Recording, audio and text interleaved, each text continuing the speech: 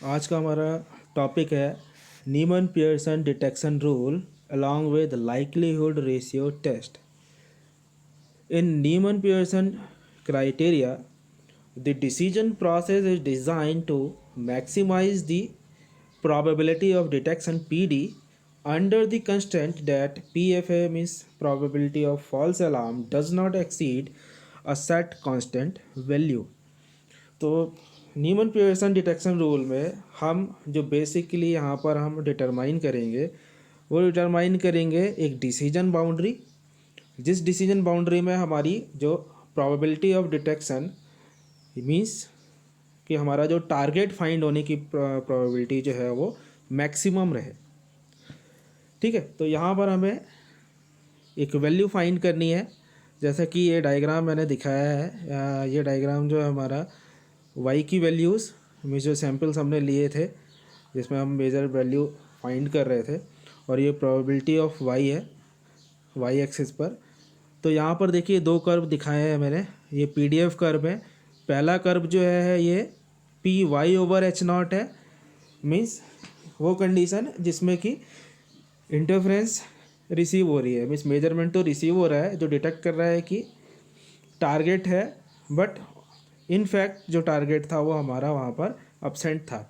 ये दूसरा कर्व जो है ये दिखा रहा है कि जहाँ पर टारगेट जो है वो अवेलेबल है, means probability of y over H one, means जहाँ पर जो मेजर्ड सिग्नल है उसमें टारगेट डिटेक्ट होगा प्लस इंटरफेरेंस वाली वैल्यूज़ भी आएंगी। तो देखिए इस वाले कर्व का जो सेकंड कर्व है इसकी जो वैल्यू आ रही है पीडीएफ की वो 1 आ रही है, जबकि फर्स्ट कर्व की वैल्यू जो है वो 0 है।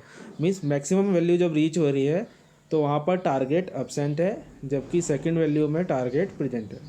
ठीक है, तो नीमन पियर्सन डिटेक्शन रूल में हमें क्या करना है, जो ये बाउंड्री है ताकि जो इंटीग्रेशन आए दोनों का पीडीएफ कर्व का वो डिटेक्शन की फेवर में ज़्यादा है, जो टारगेट है हमारा वो डिटेक्ट होना चाहिए। ठीक है, if R1 denotes the region in which all the observation Y have been assigned the decision H1। तो हमने यहाँ पर एक बाउंड्री ली है, डिसीजन बाउंड्री R1 ऐसे लेना है इसे हमें, ताकि जो रिजल्ट आया हमारा हर एक सैंपल का उसमें जो प्रोबेबिलिटी ऑफ डिटेक्शन हो वो मैक्सिमम हो, और जो डिसीजन आए हाइपोथेसिस का वो H1 की फेवर में है। देन जो प्रोबेबिलिटी ऑफ डिटेक्शन होगी इस कंडीशन में वो क्या होगी, integration of R1 P y y upon H1 D y. Means detection की प्रोबेबिलिटी क्या है, जो रीज़न है हमारा ये रीज़न कहाँ से शुरू होता है, लेटर सपोज मैंने कहा 1.5 या 1.3 से ये चले जाएगा इन्फिनिटी तक। तो अगर मैं इस कंप्लीट रेंज में ये पी डी प्रोबेबिलिटी को इंटीग्रेट करता हूँ तो मुझे क्या मिलेगा, यहाँ पर मैक्सिमम प्रोबेबिलिटी मिलेगी H1 के फेवर में।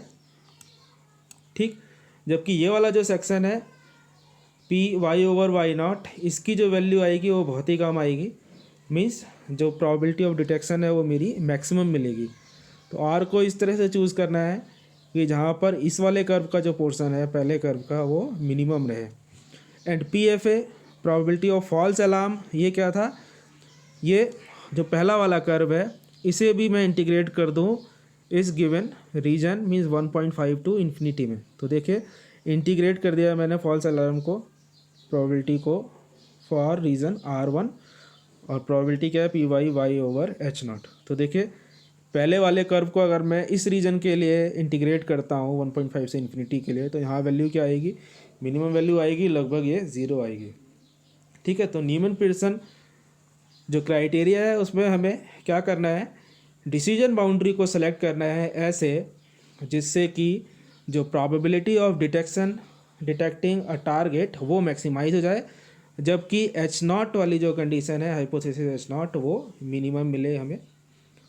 ठीक है, फॉल्स अलार्म वाली कंडीशन जो है वो मिनिमम मिले। तो फ्रॉम द इक्वेशन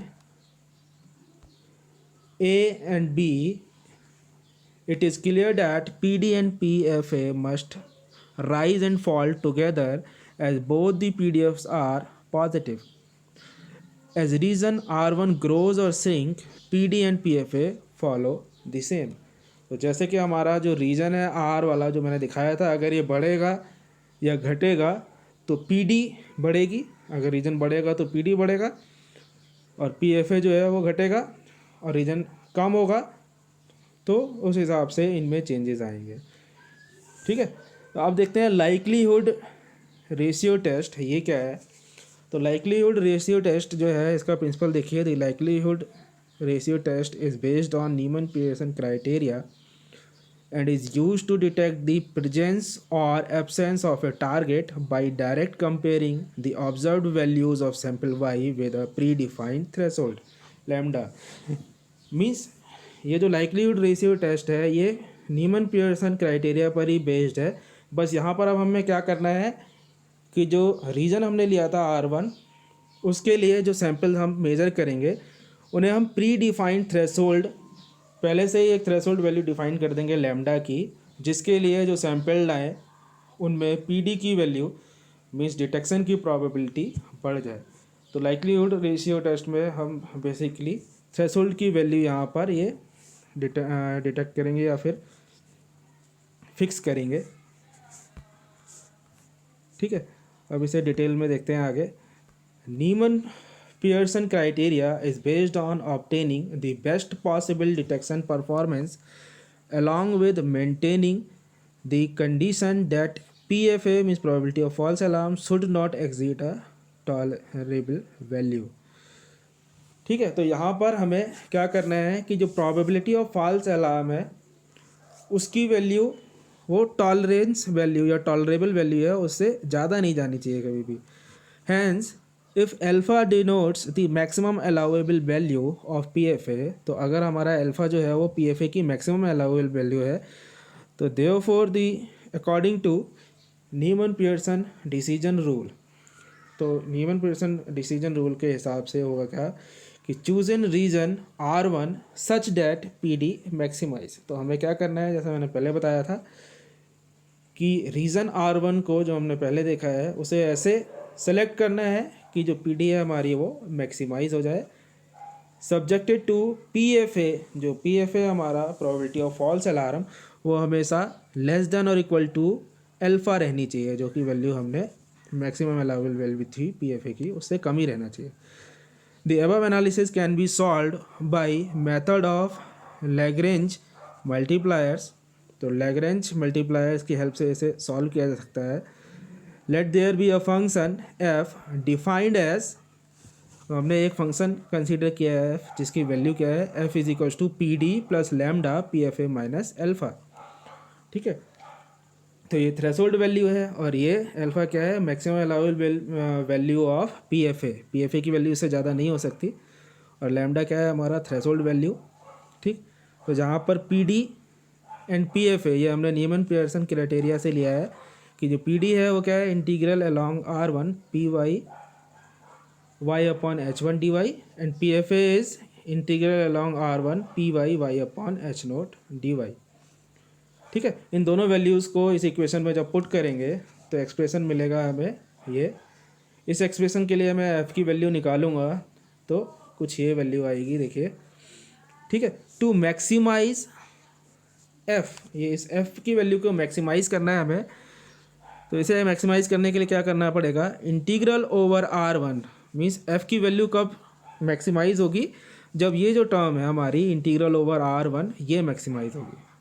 ठीक है, तो ये मैक्सिमाइज़ कब होगी, मैक्सिमाइज़ होने का मतलब क्या है, that is this term should be greater then 0 means PY y over H1 plus lambda PY y over H0 should be greater then 0। तो बाय एडजस्टिंग दिस इक्वेशन जो हमारा जो एक्सप्रेशन आएगा वो ये इस टाइप से लिख सकते हैं हम।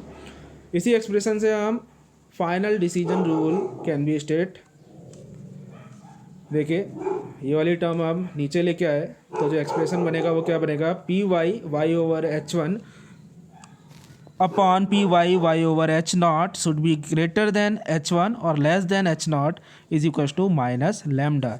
इसी एक्सप्रेशन को हम लाइक्लीहुड रेशियो टेस्ट कहते हैं। ठीक है, उम्मीद करता हूँ आपको समझ में आया होगा। अगर कोई डाउट है या कुछ और क्वेश्चन आप पूछना चाहते हैं तो कमेंट में पूछ सकते हैं। Thank you.